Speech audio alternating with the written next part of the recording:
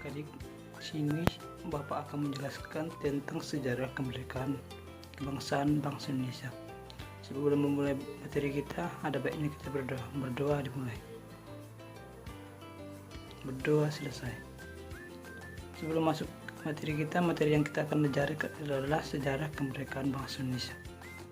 Materi kita yaitu tentang sejarah kemerdekaan Indonesia pada tahun 1945. Sejarah kemerdekaan Indonesia. Setiap pada tanggal 17 Agustus, masyarakat tanah air selalu memperingati hari proklamasi atau dinamakan dengan Hari Kemerdekaan Indonesia. Pada tanggal tersebut merupakan titik balik dari sejarah kemerdekaan Indonesia yang cukup panjang, di mana sebelumnya penduduk tanah air sempat dijajah selama bertahun-tahun. Sebelum proklamasi terjadi, terdapat banyak peristiwa penting yang melatar belakanginya. Yang pertama yaitu Jepang kalah dari sekutu. Latar belakang pembacaan teks proklamasi dimulai atas penyerahan Jepang terhadap sekutu, di mana sebelumnya Jepang pada 1944 telah mengumumkan bahwa India Timur, yakni Indonesia, diperbolehkan merdeka di kemudian hari. Pengumuman tersebut dilakukan karena tentara Jepang sudah semakin terdesak. Bahkan Kepulauan Saipan juga berhasil direbut dari Jepang. Sehingga selanjutnya pada tahun 1945 dibentuk BPUPKI atau yang dinamakan dengan Badan Penyelidik Usaha-Usaha Persiapan Kemerdekaan Indonesia, dan PPKI, yaitu disebut dengan Panitia Persiapan Kemerdekaan Indonesia. Tujuan pembentukan dua badan tersebut adalah untuk menarik simpati dari rakyat Indonesia agar membantu Jepang melawan sekutu. Namun saat Perang Pasifik terjadi, Hiroshima dibom pada tanggal 16 Agustus 1945 yang disusul pengembangan Nagasaki pada tanggal 9 Agustus 1945.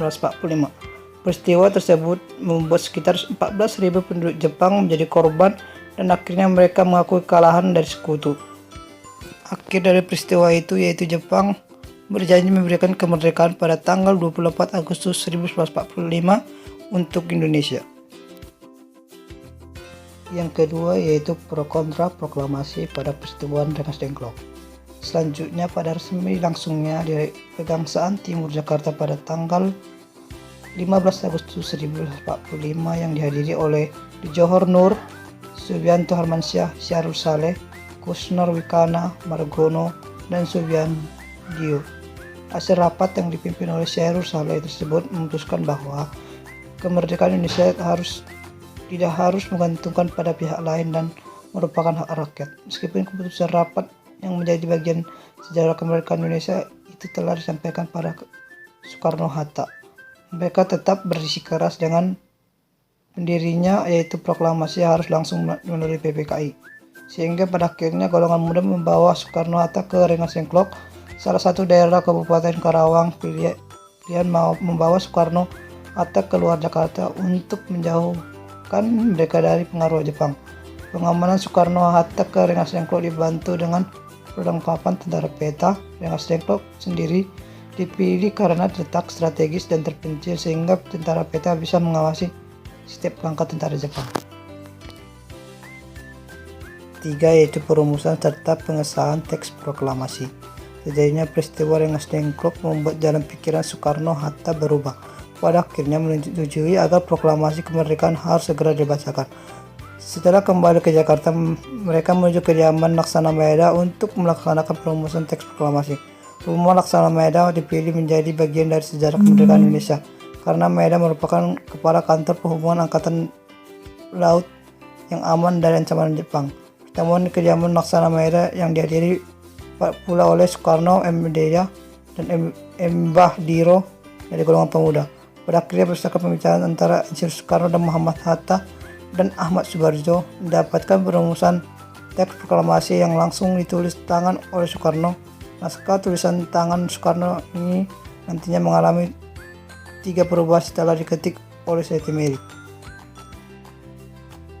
Yang keempat yaitu pembacaan proklamasi kemerdekaan. Setelah dirumuskan dan disahkan, pembacaan proklamasi dilakukan pada tanggal 17 Agustus 1945. Mulanya rakyat dan para tentara Jepang mengira bahwa pembacaan teks tersebut akan dilakukan di lapangan Ikada. Bahkan atas dasar prasangka ini, tentara Jepang sudah memblokade lapangan Ikada terlebih dahulu. Pemimpin barisan Leopold Sudiarto yang hadir di lapangan Ikada pada saat itu kemudian menyampaikan situasi yang terjadi di sana kepada Muwardi, yakni Kepala Keamanan Soekarno. Saat itu ia mengetahui bahwa pembacaan proklamasi ternyata akan dilengkarkan kediaman Soekarno dalam Pegangsaan Timur 56 Jakarta. Pada saat itu halaman rumah Soekarno telah dipadati oleh massa menjelang detik-detik proklamasi. Semua sibuk mempersiapkan pembacaan teks, bahkan Pak Mawati istri Soekarno tengah menjahit bendera dengan tangannya ukurannya tidak standar. Setelah persiapan lengkap, teks proklamasi dibacakan oleh Soekarno yang menjadi sejarah kemerdekaan Indonesia. Perjalanan Indonesia untuk mendapatkan kemerdekaan memang tidak sebentar. Penduduk tanah air yang harus merasakan penjajahan yang kejam dalam kurun waktu bertahun-tahun. Bahkan setelah proklamasi dikumandangkan pun masih banyak perjuangan lainnya yang harus ditempuh, seperti pembuatan naskah Undang-Undang 1945 dan lainnya, agar Indonesia menjadi negara seperti sekarang.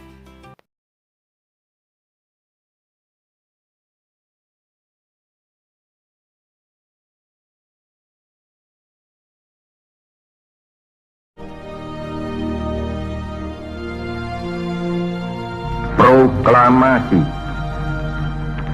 Kami, bangsa Indonesia, dengan ini menyatakan kemerdekaan Indonesia.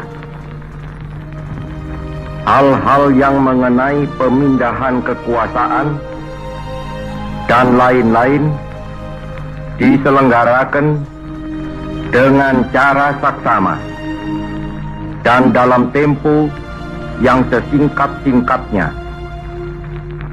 Jakarta, 17 Agustus 1945, atas nama bangsa Indonesia, Soekarno Hatta.